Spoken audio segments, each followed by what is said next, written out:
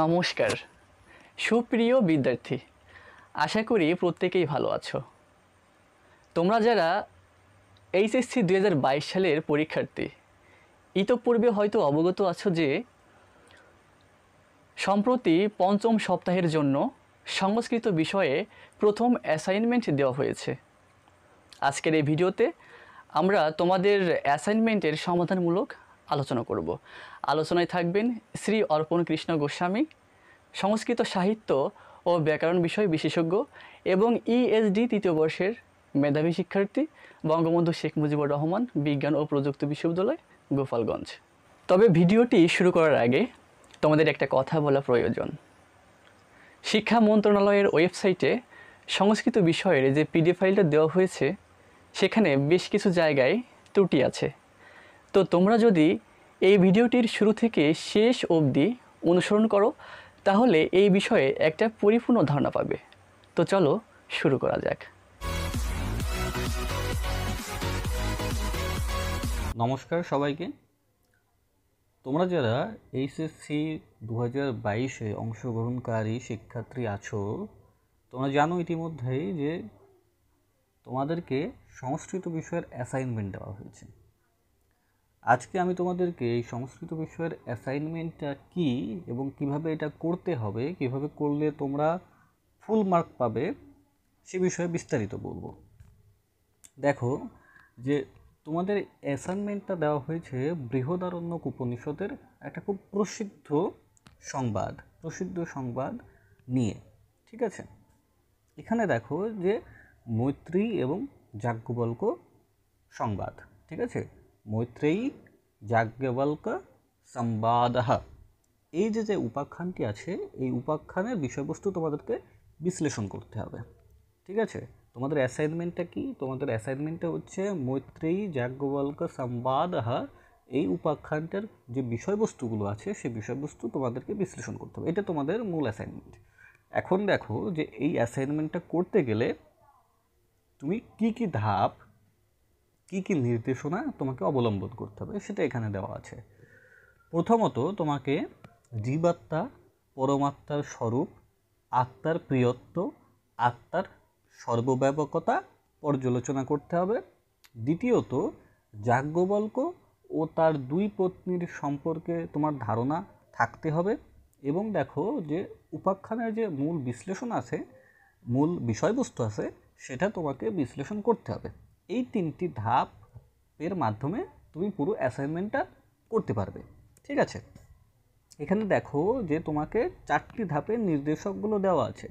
এই 4টি ধাপ যদি তুমি সুন্দরভাবে নির্দেশনা অনুযায়ী করতে পারো তাহলে 4 ধাপে 4 নম্বর করে তুমি পাবে, এবং 4 নম্বর করে পেলে তুমি মোট অ্যাসাইনমেন্টের জন্য বরাদ্দকৃত যে 16 নম্বর আছে সে 16 নম্বরে তুমি পাবে, ঠিক আছে।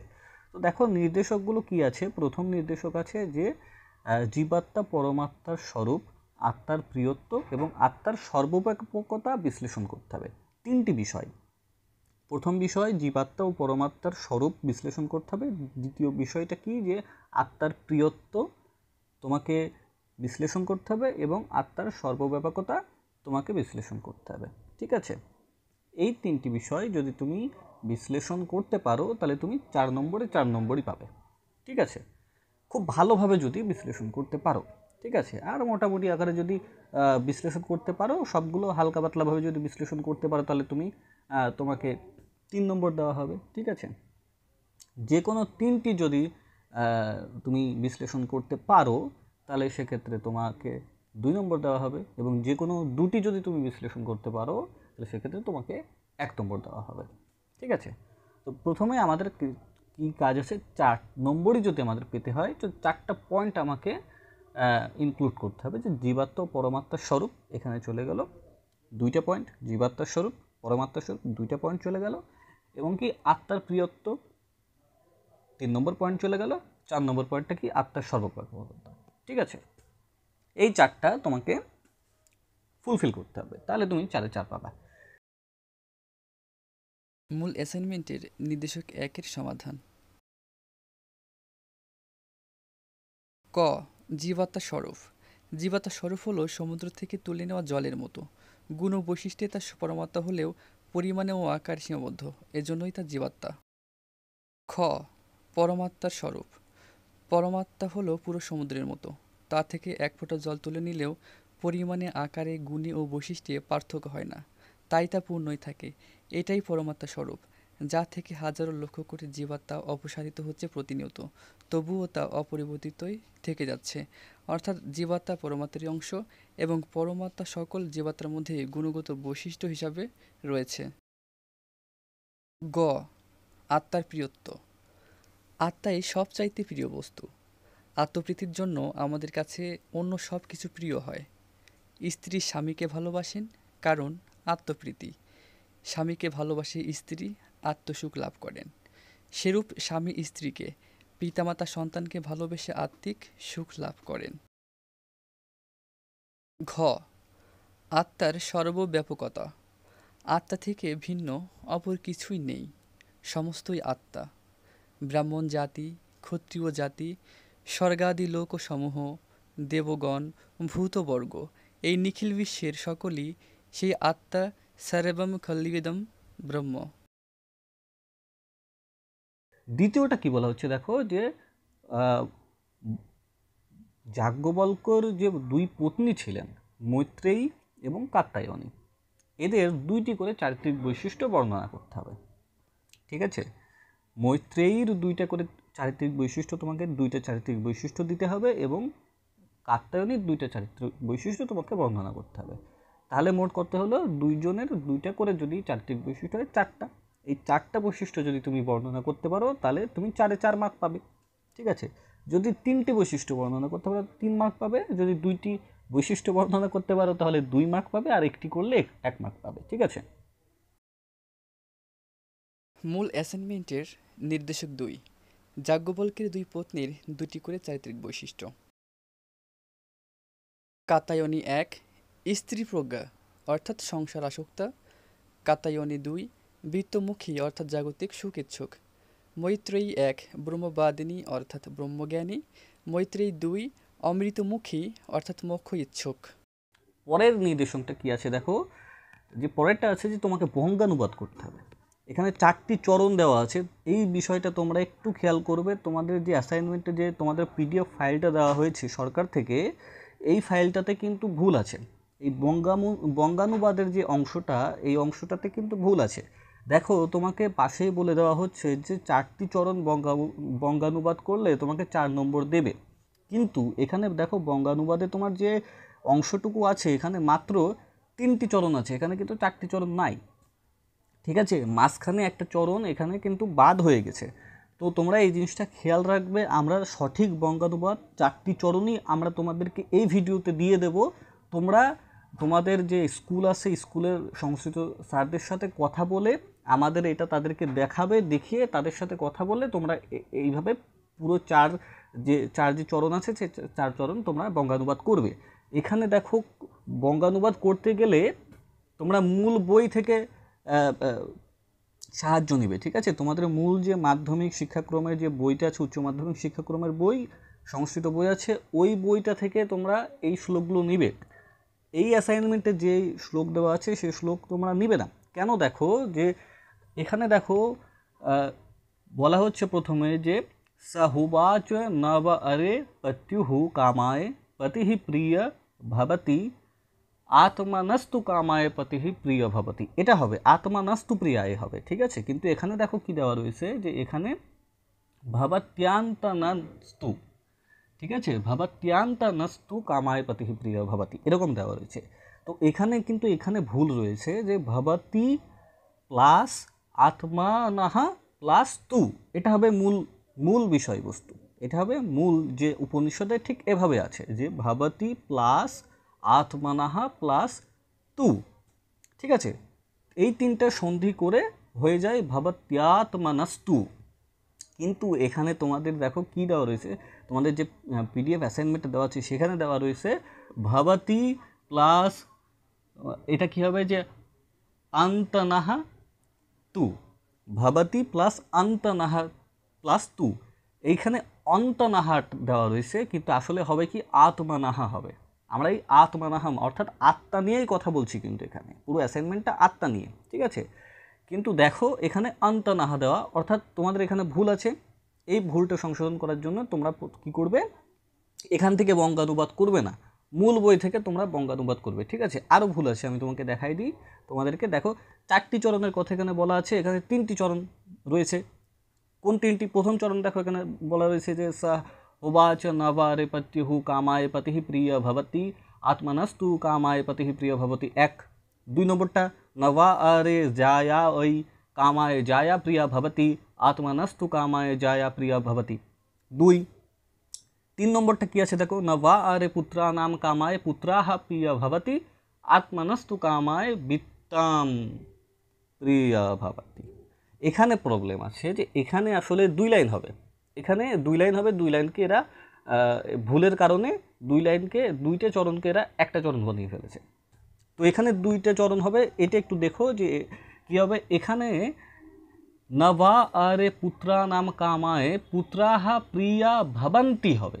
এখানে দেখো ভবতি দেওয়া আছে, ঠিক আছে, বা ভবত্যা দেওয়া রয়েছে, ভবত্যা দেওয়া রয়েছে। ঠিক আছে, এখানে ভবত্যাটা হবে না, এখানে ভবন্তিয়া হবে, ভবন্তিয়া।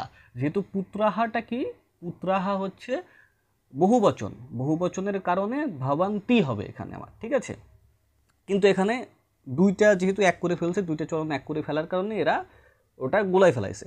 তো তোমরা মোটেও বঙ্গানুবাদের সময় এইটা দেখবে না, তোমরা মূল বইটা দেখবে। আমরা তোমাদেরকে মূল বইয়ের যে 4 লাইন আছে, 4 লাইন আমরা তোমাদেরকে স্ক্রিনে শো করে দেব, এবং এই মূল বইয়ে যে 4 লাইন আছে সেই 4 লাইন আমরা সুন্দর করে উচ্চারণও করে দিচ্ছি তোমাদের জন্য, দেখো, এবং অর্থসহ উচ্চারণ করে দিচ্ছি।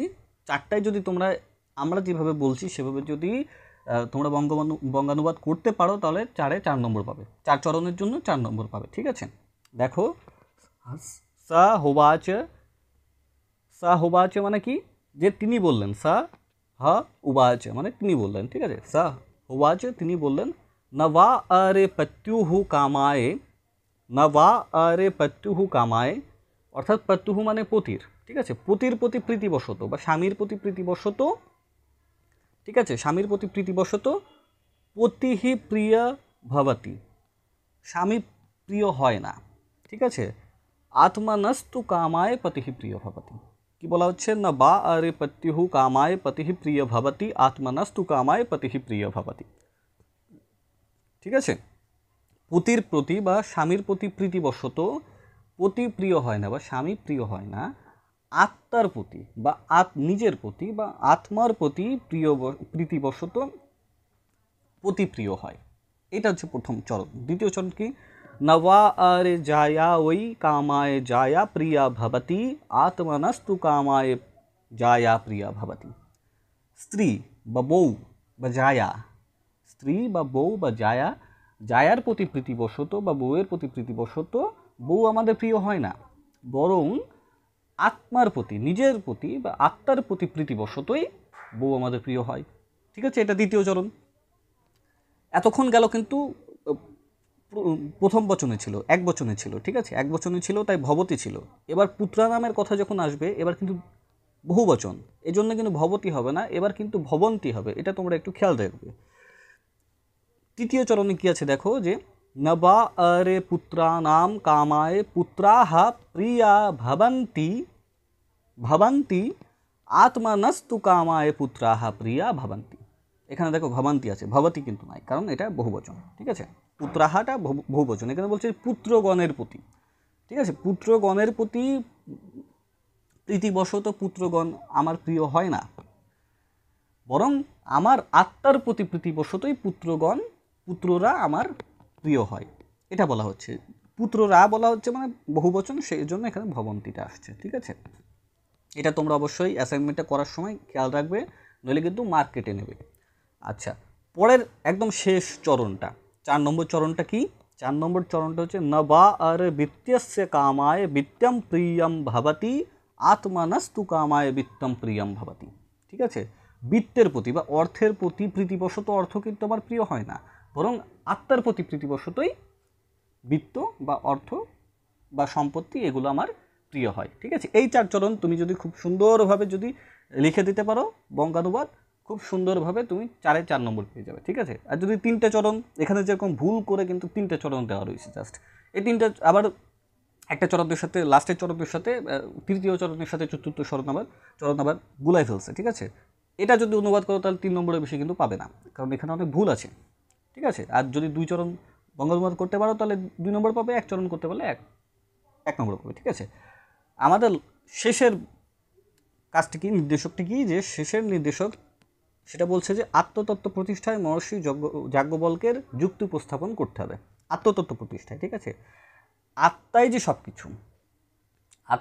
সব কিছু, এই আত্মতত্ত্ব প্রতিষ্ঠায় মহর্ষি যাজ্ঞবল্ক্য যে যুক্তিগুলো দিয়েছিলেন, সেই যুক্তিগুলো যদি উপস্থাপন করতে পারো তাহলেই এই 4-এ 4 মার্ক পাবে। দেখো, আত্মতত্ত্ব প্রতিষ্ঠায় মহর্ষি যাজ্ঞবল্ক্য 5টি যুক্তি দিয়েছিলেন, ঠিক আছে, 5টি যুক্তি দিয়েছিলেন, কিন্তু তোমাদের উচ্চ মাধ্যমিক বইতে বা বিভিন্ন জায়গায় তোমরা দেখবে যে 4টি যুক্তির কথা ওখানে উপস্থাপন করা হয়েছে। তোমাদের বিভিন্ন বইতে জাস্ট 4টি যুক্তির কথাই উপস্থাপন করা হয়েছে, 5টির কথা নাই।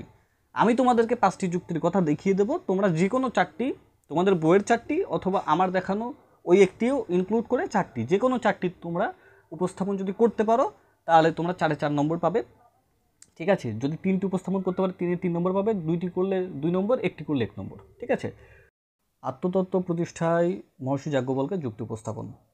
আত্মতত্ত্ব প্রতিষ্ঠায় মহর্ষি যাজ্ঞবল্ক্যের যুক্তি উপস্থাপনের এই প্রশ্নের উত্তরটি দিতে আমাদের 4টি যুক্তি উপস্থাপন করতে হবে। যে আত্মতত্ত্ব বিষয়ে মৈত্রেয়ীকে যাজ্ঞবল্ক্য যে যুক্তির মাধ্যমে আত্মতত্ত্ব বুঝিয়েছিলেন, সেই 4টি যুক্তি আমাদেরকে উপস্থাপন করতে হবে। 4টি যুক্তি প্রথমটি হচ্ছে আত্মার প্রিয়ত্ব, ঠিক আছে। আত্মার প্রিয়ত্ব কি? যাজ্ঞবল্ক্য মৈত্রেয়ীকে বললেন যে দেখো হে প্রিয়ে, পতির প্রতি বা স্বামীর প্রতি কামনাবশত বা প্রীতিবশত কিন্তু পতি প্রিয় বা স্বামী প্রিয় হয় না। আত্মপ্রীতির জন্য, নিজের প্রীতির জন্য বা আত্মতুষ্টির জন্য বা আত্মার প্রীতির জন্যই কিন্তু পতি প্রিয় হয়। হে প্রিয়ে, পত্নীর প্রতি প্রীতিবশত পত্নী প্রিয় হয় না, আত্মপ্রীতির জন্যই পত্নী প্রিয় হয়। হে প্রিয়, পুত্রদের প্রতি প্রীতিবশত কিন্তু পুত্ররা প্রিয় হয় না, আত্মপ্রীতির জন্যই পুত্ররা প্রিয় হয়। সম্পদের প্রতি প্রীতিবশত সম্পদ প্রিয় হয় না, আত্মপ্রীতির জন্যই সম্পদ প্রিয় হয়। ব্রাহ্মণের প্রতি প্রীতিবশত ব্রাহ্মণ প্রিয় হয় না, আত্মপ্রীতির জন্য ব্রাহ্মণ প্রিয় হয়। ক্ষত্রিয়ের প্রতি প্রীতিবশত ক্ষত্রিয় প্রিয় হয় না, আত্মপ্রীতির জন্যই, আত্মতুষ্টির জন্যই ক্ষত্রিয় প্রিয় হয়। লোকগণ, আমাদের যারা প্রিয় আছে, প্রিয় ব্যক্তিরা আছে, তাদের প্রতি প্রীতিবশত কিন্তু এই লোকগণ আমাদের প্রিয় হয় না, এই আত্মীয়রা আমাদের প্রিয় হয় না, আত্মপ্রীতির জন্য এরা আমাদের আত্মীয় হয়, আত্মপ্রীতির জন্য এরা আমাদের প্রিয় হয়, ঠিক আছে। দেবগণের প্রতি প্রীতিবশত কিন্তু দেবগণ আমাদের প্রিয় হয় না, দেবতাদের প্রতি প্রীতিবশত কিন্তু দেবতারা আমাদের প্রিয় হয় না, বরং নিজের আত্মতুষ্টির জন্যই কিন্তু দেবতারা আমাদের প্রিয় হয়। একইভাবে ভূতসমূহ যা কিছু আছে, ভূতসমূহ বলতে বোঝানো যায় যে কোনো জড়বস্তু, জীব যা কিছু আছে সব কিছু ভূতসমূহ।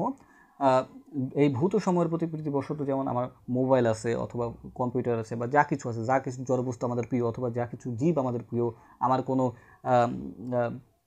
আমার কোনো পোষা জীব থাকতে পারে, কুকুর থাকতে পারে, বিড়াল থাকতে পারে, যা কিছু আমাদের প্রিয়, এই ভূতসমূহের প্রতি প্রীতিবশত কিন্তু এই ভূতসমূহ আমাদের প্রিয় হয় না। এগুলোকে ভূত বলা হয়, যে যা কিছু জীব আছে, জড়বস্তু আছে, সব কিছুকে ভূত বলা হয়, ঠিক আছে। আত্মপ্রীতির জন্যই এই ভূতসমূহ আমাদের প্রিয় হয়।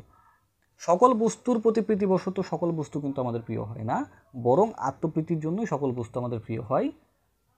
এজন্য যাজ্ঞবল্ক্য মৈত্রেয়ীকে বলছে, হ্যাঁ হে মৈত্রেয়ী, এই জন্যই এই আত্মাই দ্রষ্টব্য, মানে আত্মাকেই দৃষ্টি করতে হবে, আত্মাকেই দেখতে হবে, আত্মাই শ্রোতব্য, মানে আত্মাকেই শুনতে হবে, আত্মা ব্যাপারেই মন্তব্য করতে হবে, আত্মাকেই নিশ্চিতভাবে ধ্যান করতে হবে, ঠিক আছে।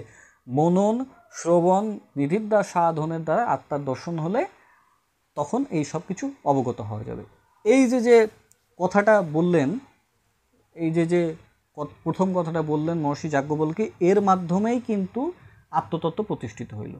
আত্মতত্ত্বের প্রথম যুক্তিটা প্রতিষ্ঠিত হলো কি, যে আত্মার প্রিয়ত্ব, যে আমাদের কাছে যা কিছু আমাদের প্রিয় হয় তা কিন্তু তারা ভালো বলে প্রিয় হচ্ছে তা না, ঠিক আছে। কেন প্রিয় হচ্ছে? আমার নিজের জন্য প্রিয় হচ্ছে, ঠিক আছে, আমার আত্মার জন্য প্রিয় হচ্ছে, আত্মতুষ্টির জন্য তারা আমাদের প্রিয় হচ্ছে। সব কিছু যা কিছু আমাদের প্রিয় হয় সব আত্মার জন্য প্রিয় হয়, আত্মার ভালোর জন্য, আত্মার তুষ্টির জন্য, আত্মার জন্যই, আত্মার প্রীতি সাধনের জন্যই সব কিছু আমাদের প্রিয় হয়, ঠিক আছে। দ্বিতীয়টা কি? দ্বিতীয়টা বলছেন যে যিনি ব্রাহ্মণ জাতিকে আত্মা থেকে পৃথক বলে জানেন।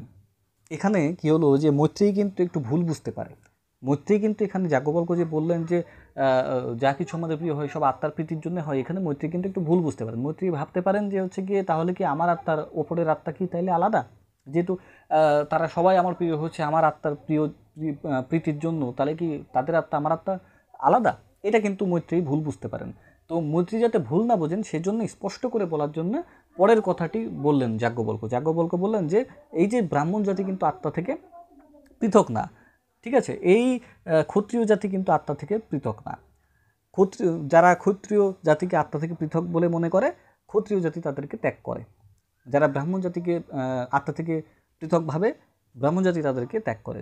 যে এই লোকসমূহ যারা আছে, এই আত্মীয় সমূহ যারা আছে তাদেরকে আত্মা থেকে পৃথক বলে মনে করে, এই লোকসমূহ কিন্তু তাদেরকে ত্যাগ করে। যিনি দেবগণকে আত্মা থেকে পৃথক বলে জানেন, দেবগণ কিন্তু তাকে ত্যাগ করে, দেবতারা কিন্তু তাকে ত্যাগ করে দেবে, ঠিক আছে।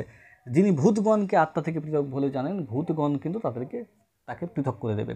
যিনি সকল বস্তুকে আত্মা থেকে পৃথক বলে জানেন, সকল বস্তু কিন্তু তাকে ত্যাগ করে দেবে। এই ব্রাহ্মণ জাতি, এই ক্ষত্রিয় জাতি, এই লোকসমূহ, এই দেবসমূহ, এই ভূতবর্গ, এই যে সমুদয় বস্তু আছে সব কিছুই আত্মা। অর্থাৎ কি বললেন যাজ্ঞবল্ক্য এখানে? যাজ্ঞবল্ক্য বলছেন যে প্রথমে তিনি বললেন আত্মার প্রিয়ত্ব, আত্মা আমরা যা কিছু আমাদের প্রিয় হচ্ছে সব আত্মার প্রিয়র জন্য আমাদের প্রিয় হচ্ছে, এটা বললেন। এখানে মৈত্রেয়ী সহ আমরা যারা আছি সবাই আমরা ভুল বুঝতে পারি যে তাহলে আমার আত্মা এবং অন্যের আত্মা কি তাহলে ভিন্ন।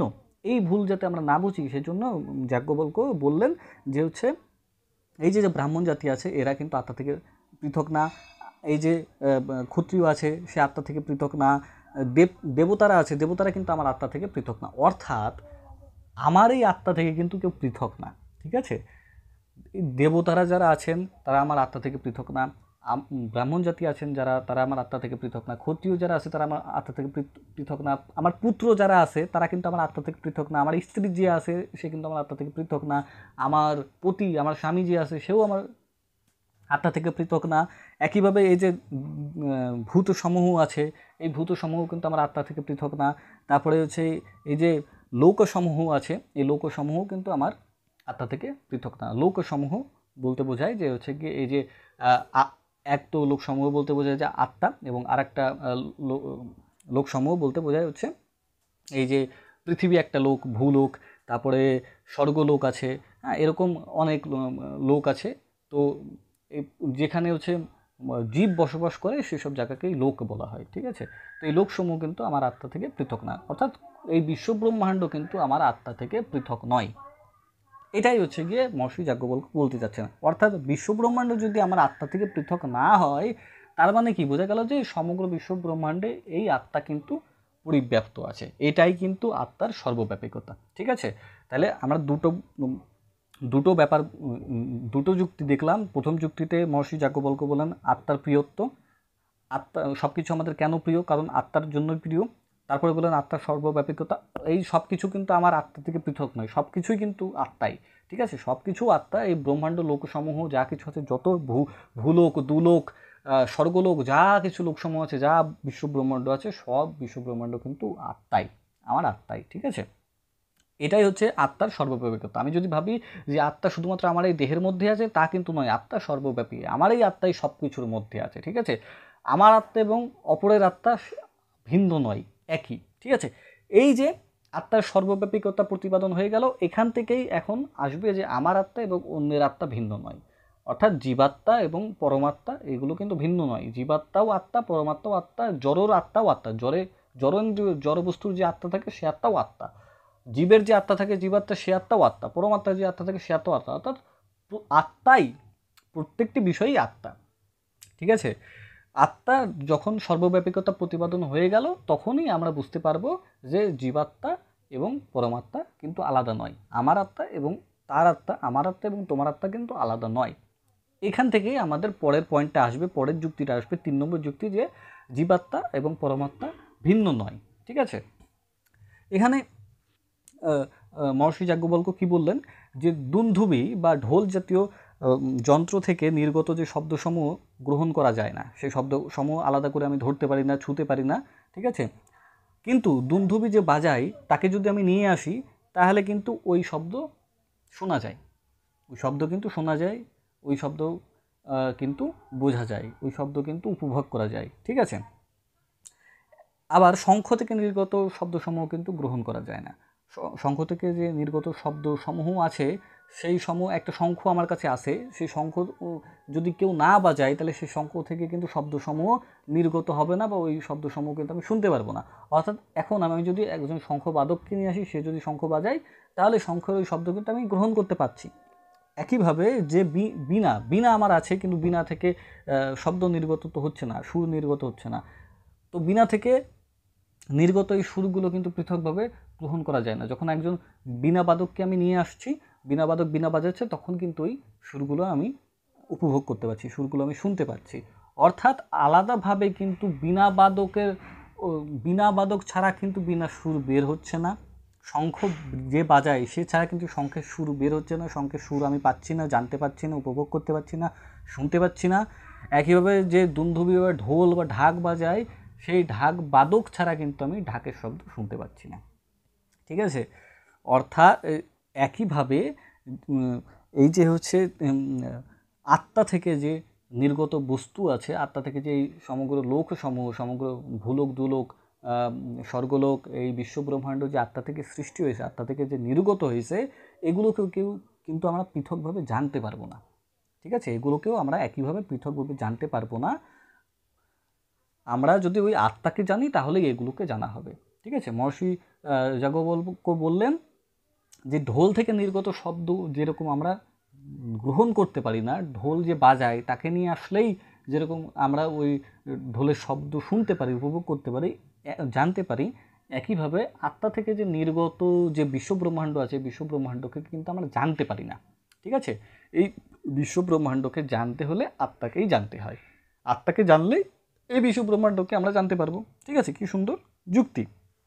তাইলে এখান থেকে প্রতিপাদন হইল কি, যে আত্মা থেকেই সমস্ত কিছু উৎপন্ন হয়েছে এবং আত্মাই সমস্ত কিছুর মধ্যে রয়েছে, এবং আত্মাকেই যখন জানা যাবে তখন সমস্ত কিছুকেই জানা যাবে, ঠিক আছে। এটা থেকে বোঝা গেল যে আত্মাই সব কিছুর মধ্যে রয়েছে, আত্মার সর্বব্যাপিকত্ব এটা থেকেও প্রমাণিত হলো যে আত্মা সব কিছুর মধ্যে রয়েছে। আবার কি, আত্মা থেকেই সমস্ত কিছু উৎপন্ন হয়েছে, এটা একটা পয়েন্ট, ঠিক আছে।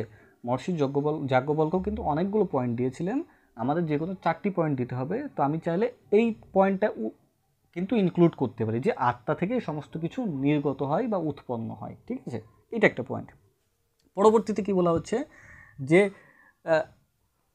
যেমন আর্দ্র কাষ্ঠের দ্বারা, বা যে কাঠের উপর, কাঠকে যদি আমরা জ্বালাই, ঠিক আছে, কাঠকে যদি আমরা আগুন ধরাই দিই তাহলে হচ্ছে কাঠ থেকে ধোঁয়া বের হয়, ঠিক আছে। যেমন কাঠের উপরে আগুন জ্বালাইলে কাঠ থেকে যেরকম ধোঁয়া বের হয়, ঠিক আছে, কাঠ থেকে যেরকম ধোঁয়া বের হয়, কাঠ কিন্তু বের হচ্ছে না, কাঠ কিন্তু ধ্বংস হচ্ছে না, ঠিক আছে। কাঠকে পুড়াইলে কাঠ থেকে ধোঁয়া বের হচ্ছে, কাঠ বের হচ্ছে না, ধোঁয়া বের হচ্ছে।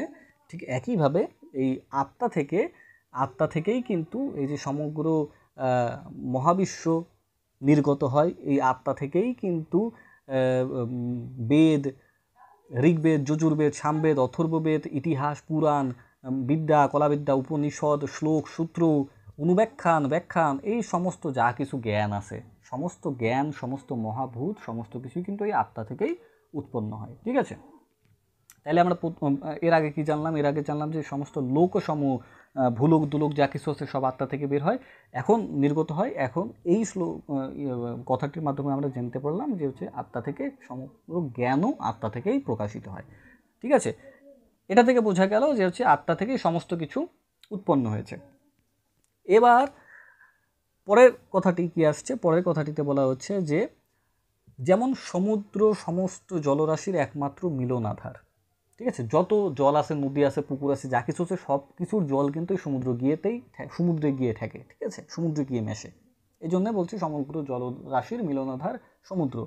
ত্বক যেমন সমগ্র স্পর্শের একমাত্র গতি, যদি আমার ত্বক না থাকে আমি কিন্তু স্পর্শ বুঝতে পারবো না, ঠিক আছে। অর্থাৎ যেরকম ভালো স্পর্শ করা হোক, খারাপ স্পর্শ করা হোক, যেরকম স্পর্শ করা হোক, আমি ত্বক ছাড়া বুঝতে পারবো না যে হচ্ছে গিয়ে স্পর্শ হয়েছে কিনা। অর্থাৎ স্পর্শর অস্তিত্ব প্রমাণিত হবে যখন হচ্ছে গিয়ে আমার ত্বক থাকবে, ঠিক আছে। ত্বক না থাকলে স্পর্শও থাকবে না। একইভাবে নাসিকাদ্বয়, আমাদের যে নাক আছে, নাক হচ্ছে সমগ্র গন্ধ, সে সুগন্ধ হোক দুর্গন্ধ হোক যা কিছু হোক, তার একমাত্র গতি হচ্ছে আমাদের নাক। অর্থাৎ নাক ছাড়া কিন্তু আমরা বুঝতে পারবো না যে এটা কোনো গন্ধের অবকাশই নেই। যদি নাকই না থাকে তাহলে গন্ধই থাকবে না, ঠিক আছে।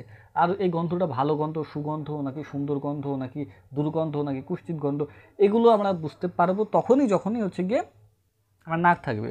অর্থাৎ সমস্ত গন্ধের একমাত্র গতি হচ্ছে নাক, মানে নাক না থাকলে ওই গন্ধগুলোর কোনো অস্তিত্ব নাই। একইভাবে জিহ্বা সমস্ত রস অর্থাৎ স্বাদের গতি, ঠিক আছে। জিহ্বা না থাকলে আমরা বুঝবো না কোনটার কি স্বাদ, কোনো স্বাদেরই কোনো মূল্য নাই যদি জিহ্বা না থাকে, ঠিক আছে। একইভাবে চক্ষু সমস্ত রূপের একমাত্র গতি, কোনটা কীরকম দেখতে, কোনটা সুন্দর দেখতে, কোনটা কুৎসিত দেখতে, কোনটা ছোট দেখতে, কোনটা বড় দেখতে, এরকম যা কিছু আছে সমস্ত রূপের একমাত্র গতি চোখ। যদি চোখই না থাকে তাহলে তো কিছুর কোনো অস্তিত্ব নেই। কোনটা কীরকম দেখতে, কোনটা কীরকম ছোট না বড়, কোনো কিছুরই কোনো অস্তিত্ব থাকবে না যদি চোখই না থাকে, ঠিক আছে। তার মানে প্রত্যেকটা রূপের গতি কিন্তু আমাদের চোখ।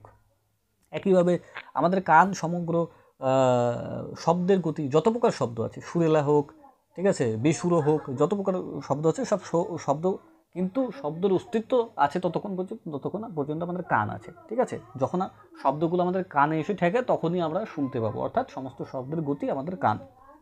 একইভাবে সমস্ত চিন্তা সংকল্প যা কিছু আছে সব কিছু কিন্তু আমাদের, সব কিছুর গতি আমাদের মন, ঠিক আছে।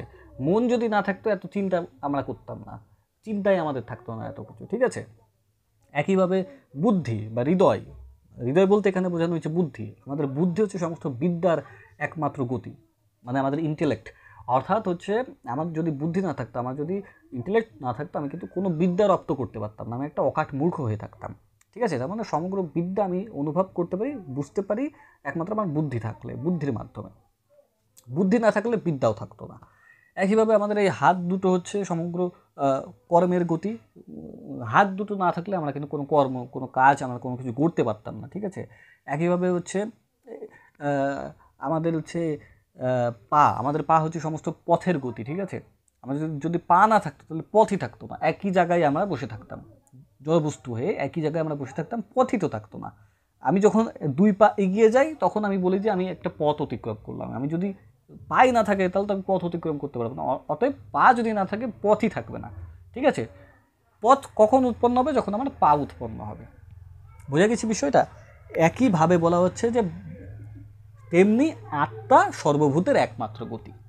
এই হচ্ছে আসল কথা। তেমনি আত্মা সর্বভূতের একমাত্র গতি, অর্থাৎ আত্মা আছে বলেই কিন্তু সর্বভূত আছে। যেমন পা আছে বলেই কিন্তু পথটা আছে, পা না থাকলে পথই থাকতো না। একইভাবে আত্মা না থাকলে কিন্তু এই আমরাও থাকতাম না, এই বিশ্ব ব্রহ্মাণ্ড কিছু থাকতো না, ঠিক আছে। আত্মা আছে বলে এই সমগ্র বিশ্ব ব্রহ্মাণ্ড আছে। এ দিয়েই বোঝা গেল যে এই যে সমগ্র বিশ্ব ব্রহ্মাণ্ড এবং হচ্ছে কি সমগ্র বিশ্ব ব্রহ্মাণ্ডের একমাত্র গতি হচ্ছে আত্মা, ঠিক আছে। এটা হচ্ছে গিয়ে আমাদের চতুর্থ যুক্তি। আমি এই যুক্তি দিতে পারি যে হচ্ছে গিয়ে আত্মাই সমগ্র ব্রহ্মাণ্ডের একমাত্র গতি, ঠিক আছে। বা সমগ্র ব্রহ্মাণ্ডে একমাত্র আত্মাই আছে, তাছাড়া কিছু নাই, ঠিক আছে। যদি আত্মা না থাকতো তাহলে কোনো কিছুই থাকতো না, কোনো কিছুরই অস্তিত্ব থাকতো না। এটা আমার যুক্তি গেল। পরবর্তীতে এই যুক্তির মাধ্যমে আমি কি প্রতিষ্ঠা করতে পারি? এই যে যেই যুক্তিগুলো আমরা জানলাম, মহর্ষি যাজ্ঞবল্ক্যের যে যুক্তিগুলো আমরা জানলাম, সেই যুক্তির মাধ্যমে আমি কি প্রতিষ্ঠা করতে পারি? যে আত্মা সর্বভূতের একমাত্র গতি, ঠিক আছে, এবং জীবাত্মা এবং পরমাত্মা অভিন্ন। এটাও আমরা প্রতিপাদন করতে পারি, জীবাত্মা এবং পরমাত্মা অভিন্ন, ঠিক আছে। এই যে বলা হচ্ছে যে যা কিছু আছে, লোকসমূহ যা কিছু আছে সব কিছু আত্মা থেকে উৎপন্ন হয়েছে, ঠিক আছে, এবং সমস্ত কিছু আবার আত্মাতেই ফিরে যাবে, ঠিক আছে।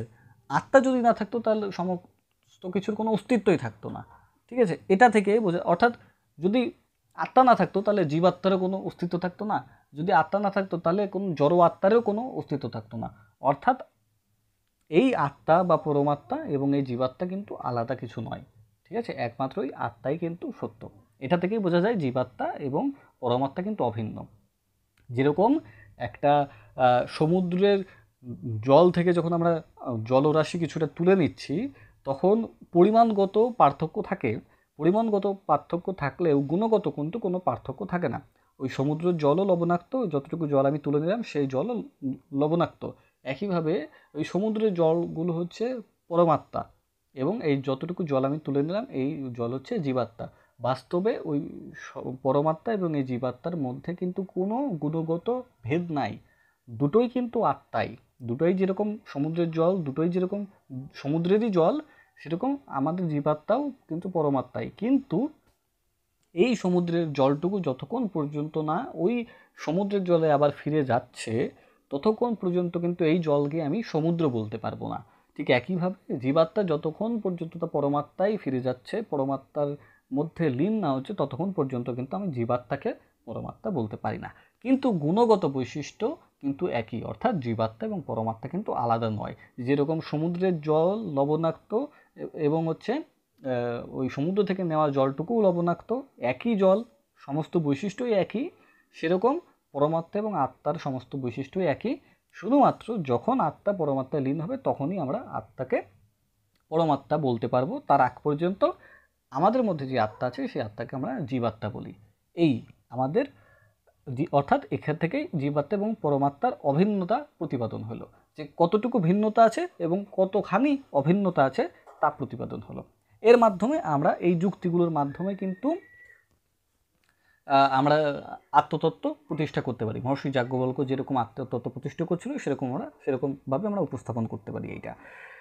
তাহলে কয়টা যুক্তি পেলাম আমরা? প্রথম যুক্তি আত্মার প্রিয়ত্ব, দ্বিতীয় যুক্তি কি আত্মার সর্বব্যাপকতা, আত্মা সব জায়গায় আছে, তৃতীয় যুক্তি কি আত্মা সর্বভূতের একমাত্র গতি, ঠিক আছে, চতুর্থ যুক্তি কি যে আত্মা থেকে, তৃতীয় যুক্তি ছিল যে আত্মা থেকে সব কিছু উৎপন্ন হয়েছে, চতুর্থ যুক্তি আত্মা সর্বভূতের একমাত্র গতি, আর পঞ্চম যুক্তিটা হচ্ছে জীবাত্মা ও পরমাত্মা অভিন্ন।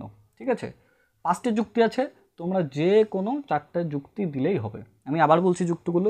প্রথম যুক্তি আত্মার প্রিয়ত্ব, দ্বিতীয় যুক্তি আত্মার সর্বব্যাপকতা, তৃতীয় যুক্তি আত্মা থেকেই সব কিছু উৎপন্ন হয়েছে, চতুর্থ যুক্তি আত্মাই সর্বভূতের একমাত্র গতি, বা আত্মাতেই সব কিছু যেমন উৎপন্ন হয়েছে সেরকম আত্মাতেই সব কিছু আবার মিলে যাবে, মিশে যাবে, বা আত্মাতেই সব কিছু কিন্তু চলে যাবে, লীন হয়ে যাবে।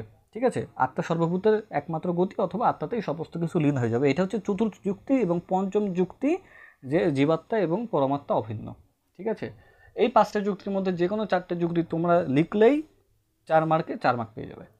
আশা করি যেই যতটুকুভাবে তোমাদেরকে বোঝালাম তোমরা পুরো অ্যাসাইনমেন্টটা বুঝতে পেরেছো, এবং এই পুরো অ্যাসাইনমেন্টটা বোঝার মাধ্যমে তোমরা খুব সুন্দরভাবে 16 মার্কের মধ্যে 16 মার্কই পেয়ে যাবে। ঠিক আছে, সবাই ভালো থাকো, ভালোভাবে পড়াশোনা করো, এবং সংস্কৃততে আরও বেশি অগ্রগতি লাভ করো, এই কামনা করে শেষ করছি।